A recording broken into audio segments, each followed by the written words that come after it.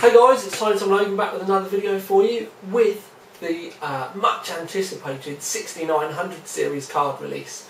And yeah, this is the ones we thought we were going to be getting when the 68s come out, and obviously ATI did the funny number, jumble around thing. And just to let you know, the 6970 is the one that I'm going to be doing first, and that's aimed at competition for the NVIDIA 480 and possibly the NVIDIA 570 as well. So one thing I do need to clear up is this is a single cord card, and ATI still say that the 5970 is their flagship top of the range card, and obviously the 5970 is the dual core, kind of dual GPU version.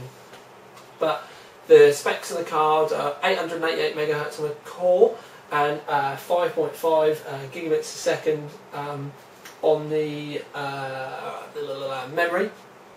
But what I'm going to do is take you over now and show you some video footage I took when I was taking photos of them earlier, and also show you the bare card, the PCB and the cooler specifics. Right then guys, just a quick one to show you these two cards side by side. They are exactly the same size, and pretty much the only difference is one's got 8 pin and a 6 pin, and one's just got 2 6 pins.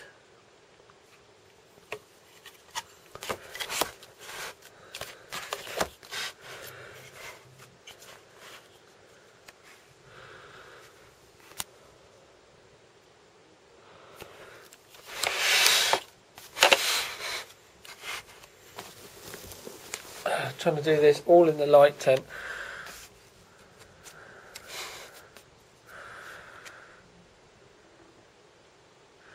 What I'm going to do now is pop the heatsink off of the 6970 so we can get a rude look at it naked. Here we go then, completely naked, all of our clothes off. I'll just run you round slowly.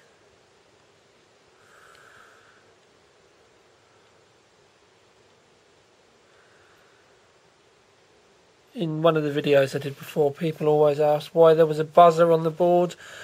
Well, basically the buzzer goes off if you haven't got the power connectors in, or not enough power connectors in. So you need both of them fitted for it to not scream at you and work properly.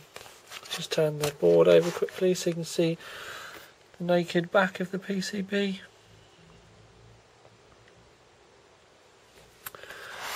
But something that did surprise me when I took it apart is that little thing there, which is part of the heatsink, but it's a vapor chamber heatsink, just like the NVIDIA cards, and that is rather, I'd say, a substantial lump of aluminium fin there.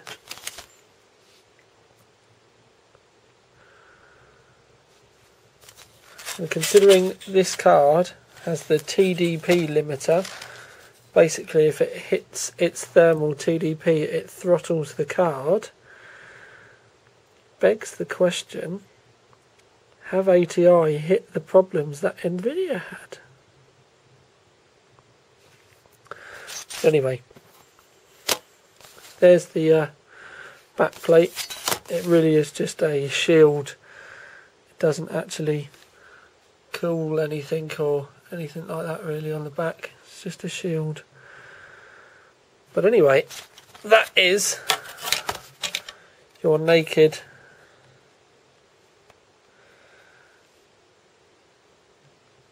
AMD 6970.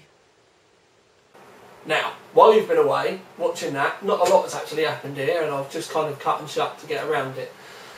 But this is the bit, going to be the bit that I'm going to tell you my thoughts and my feelings while Vantage is running in the background, so keep your ear on the cooler.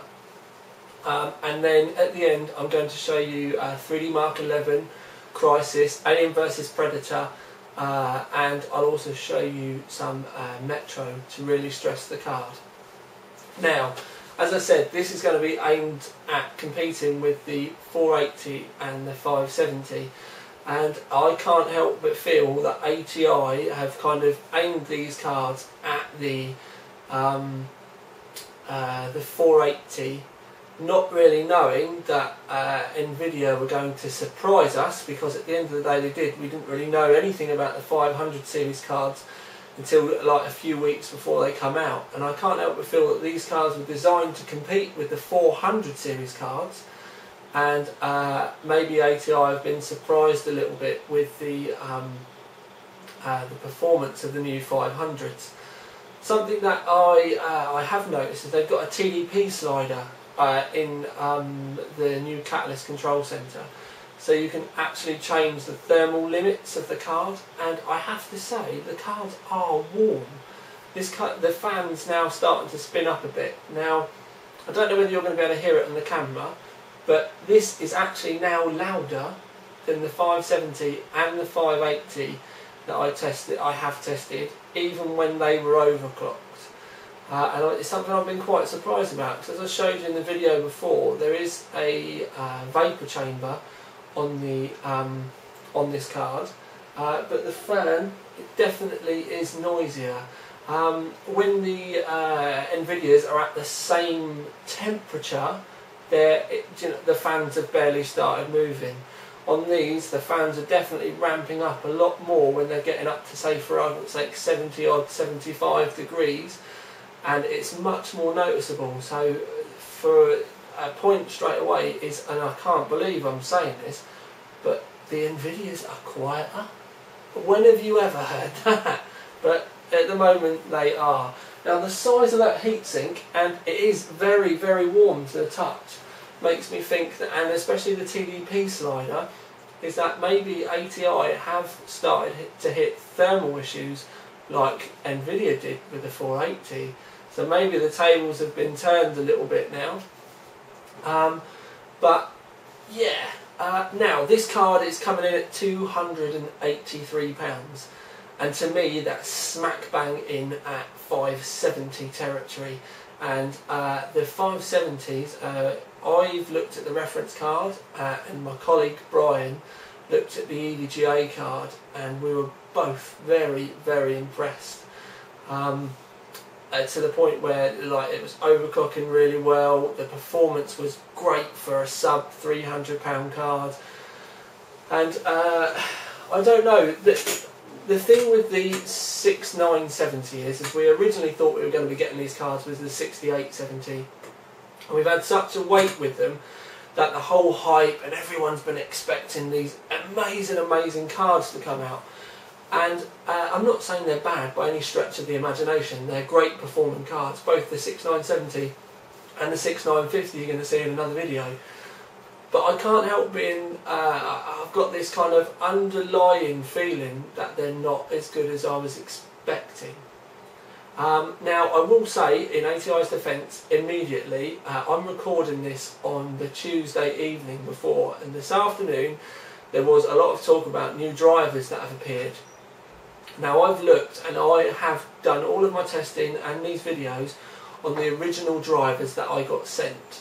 Now a lot of people are saying that tessellation's better with the newer drivers, and the frames per second's better with newer drivers, Unigine results are better with newer drivers. So as with everything, because we've had the products early, I'm testing on the older stuff. So what happens with ATI quite a lot, as the drivers matures, the performance gets a lot better.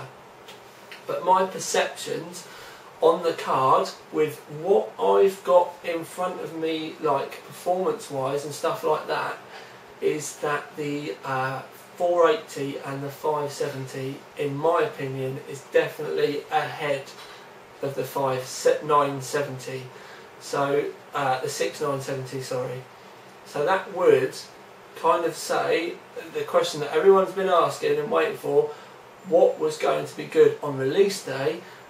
If you were to tell me that you had, say, about £300 to spend on a graphics card, I would be telling you to buy a 570. And at the end of the day, if you go back and watch all my 480 videos and 470 videos and everything like that, I stomped them when they come out because they were terrible. Now these ATIs are not terrible, but with the drivers and stuff that I've used so far, they've not been as good as the Nvidia equivalent. So I'm looking forward to testing these cards in the future and seeing how the drivers go. And to be quite honest with you, I would also keep an eye on all the reviews on Overclock 3D over the next couple of 3 weeks, because I am hearing a lot of fuss about them pushing reviews out and stuff like that. And I probably think it was drivers that they've delayed the cards for in the first place, because obviously Nvidia then sprung the 570 cards on us. And then all the performance results and everything come out, and I think that's probably why ATI have kind of held this release back for that little bit, so they could try and sort drivers out and try and refine the product a little bit more. So, as it stands at the moment, we are kind of hearing that the drivers are going to make a noticeable difference, but obviously I can't comment on that at the moment, so I'm commenting on the information that's in front of me. So it's quite a tough one really, because I was really excited to be getting these cards, and like was kind of, maybe I personally had overhyped them, you know, in my own head, but I know all of the enthusiasts out there were as well. They were dying to see what these were like, and I'm going to say it once more, they're not bad by any stretch of the imagination. They're great cards, but especially with the 6970 I've got by the side of me, when stressed and playing long gaming sessions, it's louder. The fan is definitely louder than the 570 at least, because the 570 is very quiet. And I would also put it above in the performance stats of 570 as well. And another thing that you need to bear in mind is if you get an Nvidia card with the over voltage, like the voltage tweak, they overclock really well as well. And that's something else with the HIS cards, it don't support voltage tweaking, so I've only been able to get a minimal overclock of 950 on the core. Now I think if they bring out a later revision with voltage tweak, or as we know, as always, different brands, I will say, will always have that voltage tweak available. I can honestly see these cards overclocking very well, and then the performance gap might get bridged a little bit more with the Nvidia cards. But rather than me going and talking about all of these thoughts and variables and stuff that might happen and has happened and all that kind of stuff, I'm going to be quiet and now bring you in so that you can see 3D Mark 11, Alien vs Predator. We'll do Crisis with Gamer and with Enthusiast settings with the AA maxed out, and then we'll do some Metro as well. And then I will leave it up to you guys to make your own decisions on what you see from the results, and also with the information that I gave you that drivers might be coming out later on to make performance better as well. So without further ado, let's get me off the camera and get some decent footage for you of all the benchmarks and gameplay.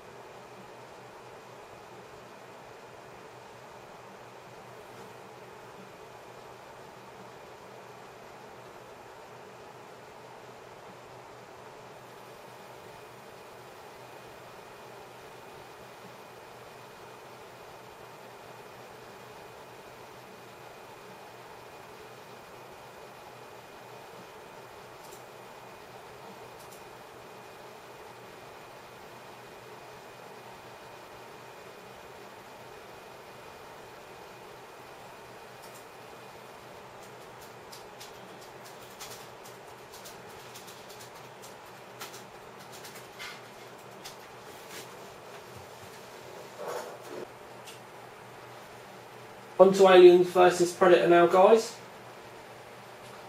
You can see the frames per second up in the top left hand corner of the screen.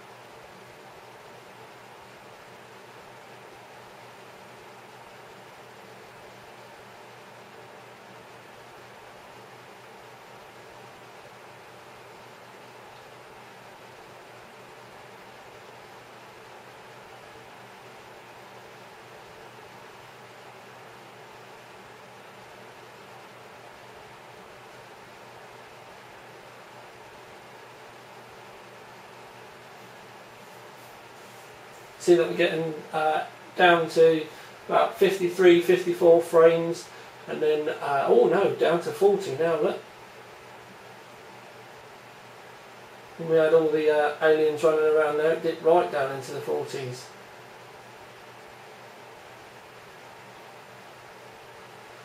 I don't know whether you can hear on the camera, but the fan is making quite a bit of noise as well.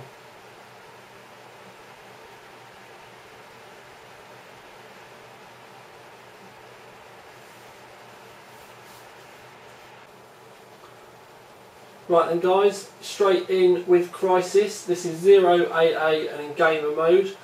I will crank it up for all you whingers out there in a minute, but I just want to show you the range.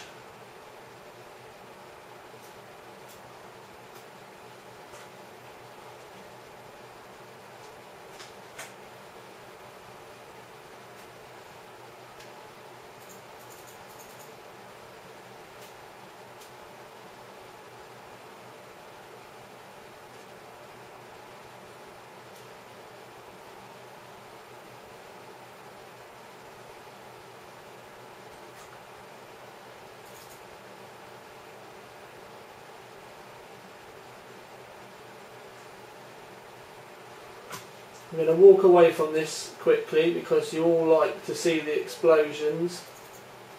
So watch the frames per second, dip down there to 55. Now I'm going to quickly change it onto the enthusiast settings and 8x AA. Right then guys, we're in super duper mode. I'm going to try and stay alive for as long as possible.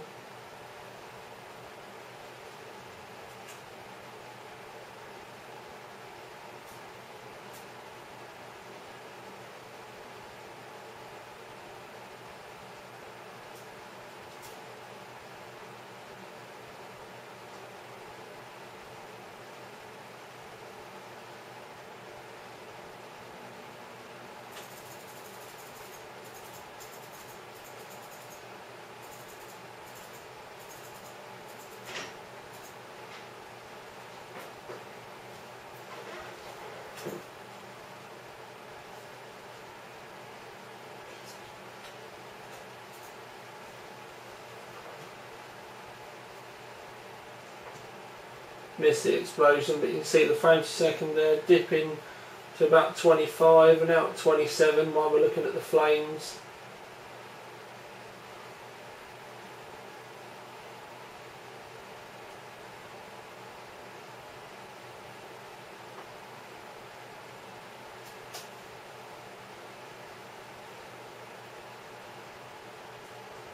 Coming here out of the way so we can hear where we've been being shot.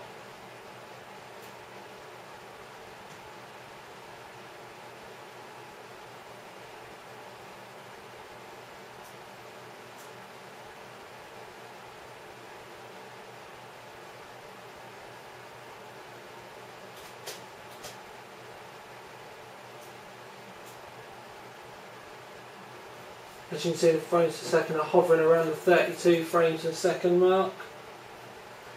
35 at the moment.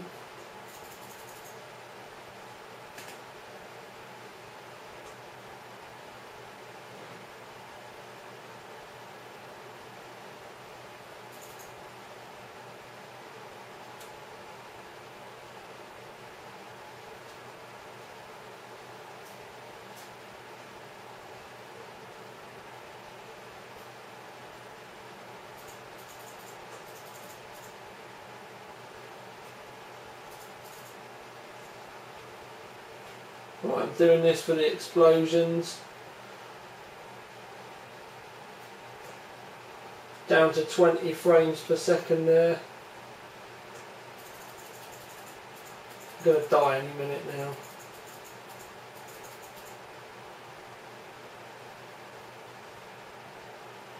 Down to 20 frames again there.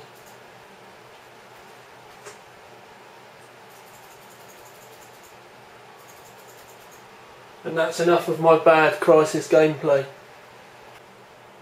Right then guys, final game, and don't forget these are just a guide for you to base your own opinions on. I'm just doing this as I'll give you my thoughts, but this is just for you to gauge your thoughts on the frames per second and the value and everything like that. At the end of the day, you've not got to take my word as gospel. I just offer you my opinions. It's up to you whether you take them or not.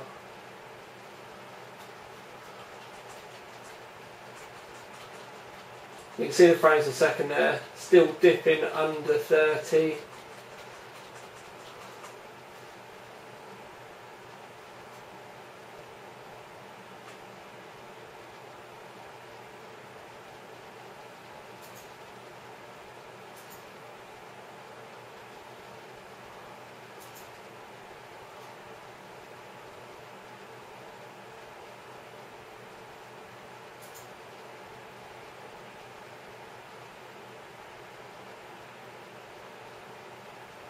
This will be the last test at the end of the video. I'm going to call this it.